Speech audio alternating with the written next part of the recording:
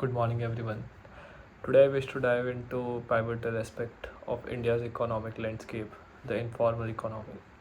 This sector, often overshadowed by formal economic narratives, plays a crucial role in shaping the livelihoods of millions and significant influence of nation's economic trajectory. My decision to focus on this topic stems from its profound impact on employment, social inequality, and sustainable development in India. Now, understanding what the informal economy would be. The informal economy encompasses a wide array of unregistered, unregulated, and untaxed economic activities. It includes street vendors, small scale artisans, domestic workers, and agricultural laborers who operate outside the formal economic framework. According to estimates, the informal economic sector contributes approximately 27.5 of India's GDP, which is like one fourth, equating to around $3.8 trillion at GDP purchasing power parity levels. Moreover, it employs a staggering 90% of the workforce, underscoring its centrality to India's labor market. Now, the rationale for focusing on the informal economy would be the informal economy is a double-edged sword. On one hand, it provides essential employment opportunities, especially in a country where formal job creation struggles to keep pace with uh, a burgeoning workforce. On the other hand, it perpetuates challenges such as income stability, lack of social security, and limited legal protections for the workers.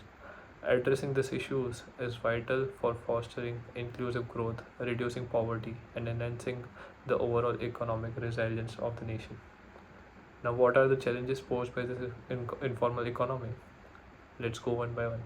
First, lack of social security. Informal workers often lack access to benefits like healthcare insurance, pensions, and unemployment assistance, leaving them vulnerable during economic downturns and personal crises. The second one will be low wages and job insecurity. The absence of regularity oversights results in low unpredictable incomes, with workforce frequently subjected to exploitative conditions without avenues or redresses.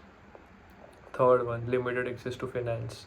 Informal enterprises face significant hurdles in securing credit from formal financial institutions due to their unregistered status, hindering their growth and sustainability. Fourth one, the gender disparities. Women constitute a substantial portion of the informal workforce, particularly in domestic and household work, where they represent 96% of the workforce.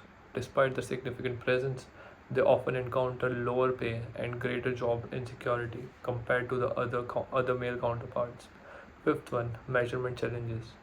Accurately addressing the informal economics condition and complicated by its diverse and unregulated nature, leading to potential underestimation of its role in economic planning. Now, ameliorative measures and implementation timeline. Transitioning the informal economy towards formalization requires a phased and multifaceted approach.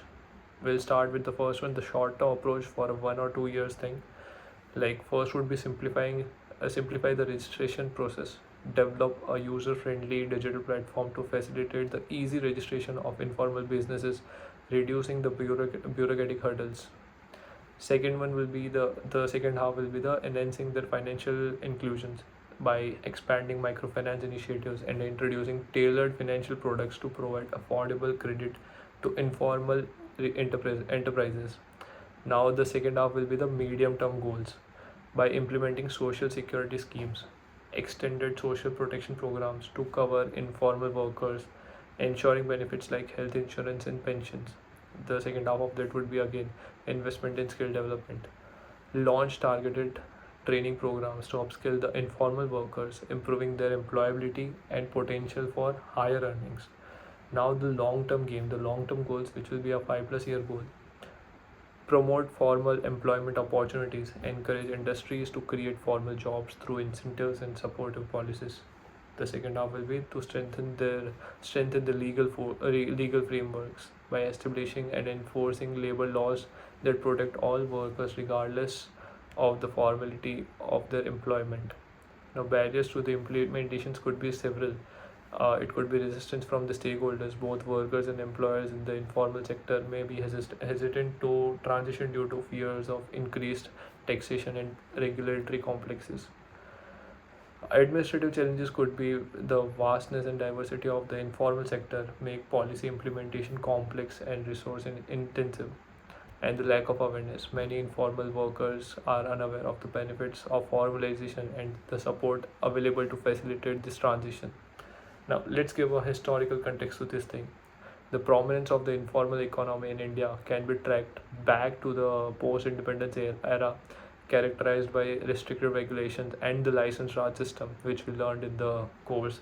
This constraints limited formal sector growth, compelling a significant proportion of the population to seek livelihoods in the informal sector. Despite economic liberalization in the 1990s, which spurred formal sector expansion, the informal economy has persisted a substantial component of India's economic fabric. Now, at the end, I'd like to conclude by saying that addressing the challenges of informal economy is imperative for achieving equitable and sustainable economic development of our country. By implementing strategic reforms that facilitate formalization and then social security and promote inclusive growth, India can unlock the full potential of its workforce and pave the way for a more resilient and prosperous future. Thank you.